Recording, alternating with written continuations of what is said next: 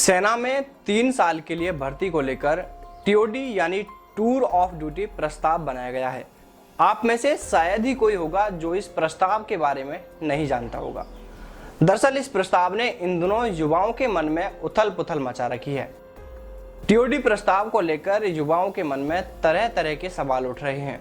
इस प्रस्ताव के बारे में मीडिया में जानकारी आने के बाद से युवा काफी उत्साहित व खुश हैं, तो कुछ युवाओं ने इस प्रस्ताव को लेकर अपनी नाराजगी जताई है। उन युवाओं का कहना है कि यदि इस प्रस्ताव को मंजूरी मिलती है तो यह उनके भविष्य के साथ खिलवाड़ है।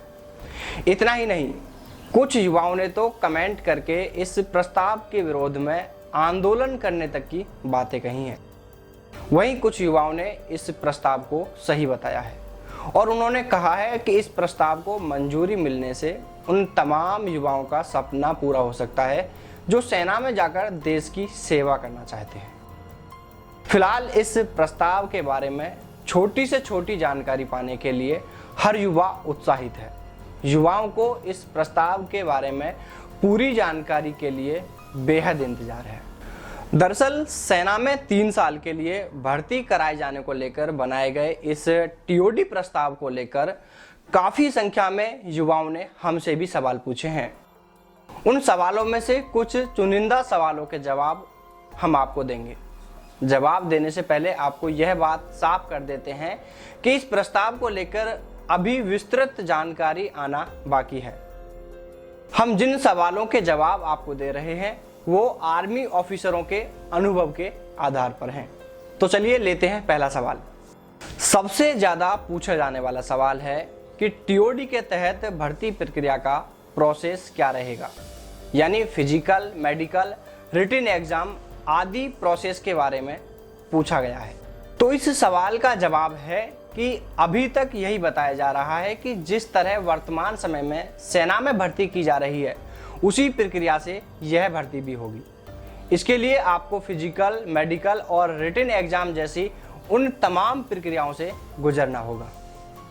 अगला सवाल है, क्या इस भर्ती के लिए उम्र या अन्य प्रोसेस में छूट मिलेगी? साथियों, इस सवाल के बारे में अभी कुछ भी कह पाना उचित नहीं है। यह तो उस प्रस्ताव के पास होने के बाद ही पता चल पाएगा। इसी तरह अगला सवाल है, सेना में 3 साल के लिए भर्ती प्रक्रिया शुरू हो जाने के बाद क्या एआरओ बीआरओ सेंटर की भर्तियां रद्द हो जाएंगी, यानी देश के हर राज्य में अलग अलग जिलों के लिए साल में एक बार होने वाली सेना भर्तियां क्या बंद कर दी जाएंगी? तो इसका जवाब है कि नहीं। सेना में 3 साल के लिए भर्ती प्रक्रिया शुरू होने के बाद एआरओ बीआरओ सेंटर की भर्तियां बंद नहीं की जाएंगी। वो भर्तियां वर्तमान समय में जिस तरह से आयोजित की जा रही हैं उसी तरह से आयोजित की जाती रहेंगी। हालांकि यहाँ पर एक बड़ा सवाल यह भी है कि क्या इस प्रस्ताव को मंजूरी मिल पाएगी? अगर हाँ तो कब तक? इसका जवाब भी हम आपको जल्द देंगे। अगला सवाल है, यह भर्ती प्रक्रिया कब शुरू होगी? आवेदन कैसे करने होंगे? साथियों, अभी इसके बारे में कुछ नहीं कहा जा सकता।